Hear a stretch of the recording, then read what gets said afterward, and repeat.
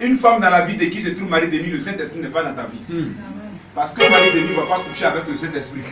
Femme de nuit ne couchera pas avec le Saint-Esprit. Revois ta vie.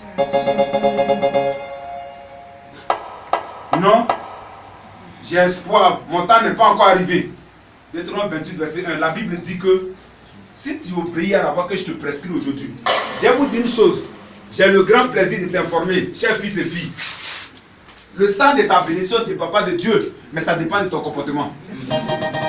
Le temps de ta bénédiction ne dépend pas de Dieu, mais ça dépend de tes agissements. Ça dépend de tes décisions. Ça dépend de tes responsabilités que tu prends devant le Seigneur. Je vais à la maison du Seigneur. Si tu ne sais pas ce qu'on y va faire, tu ne peux pas être heureux. On dit le président de la République t'appelle. Je vous ai dit tout à l'heure. Vous avez vu la joie que ça peut donner. Hein? On dit le président des peintres de Côte d'Ivoire t'appelle. Hein? Le président des peintres de Côte d'Ivoire t'appelle. Ça là, c'est pour dire à ta femme, c'est pour faut dire pas qu'on a mal à la tête, on peut pas venir à l'église.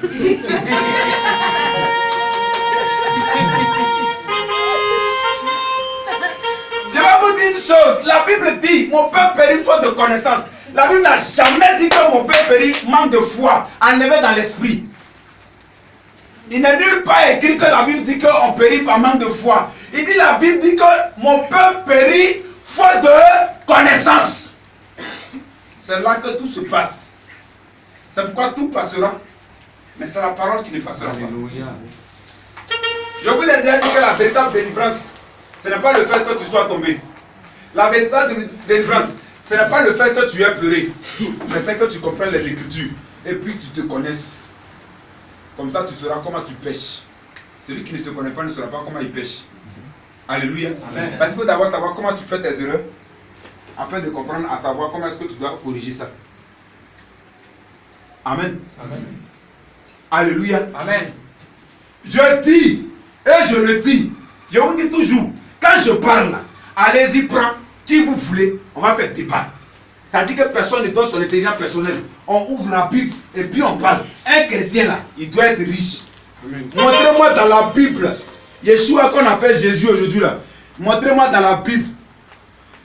Donnez-moi un seul nom avec qui il a marché qui était pauvre. Donnez-moi son nom. Vous avez Bible comme moi, donnez-moi son nom. Donnez-moi son nom. Même quand il naissait là, les gens qui étaient pauvres ne savaient pas qu'il était né. C'est ceux qui pouvaient faire les présents qui sont venus vers lui. La preuve en est, on dit qu'ils ont envoyé des huiles. C'est pas ça? Des parfums chers. Qui pouvait envoyer ça? Les riches. Ah.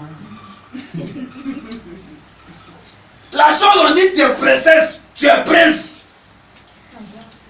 Vous vous imaginez un prince en train de passer, bon, je laisse ce prince. Le fils de Didier Drogba passe ici. Maintenant, il y a le prince de Kerenjabo. Ou bien de Abengourou. Il passe ici.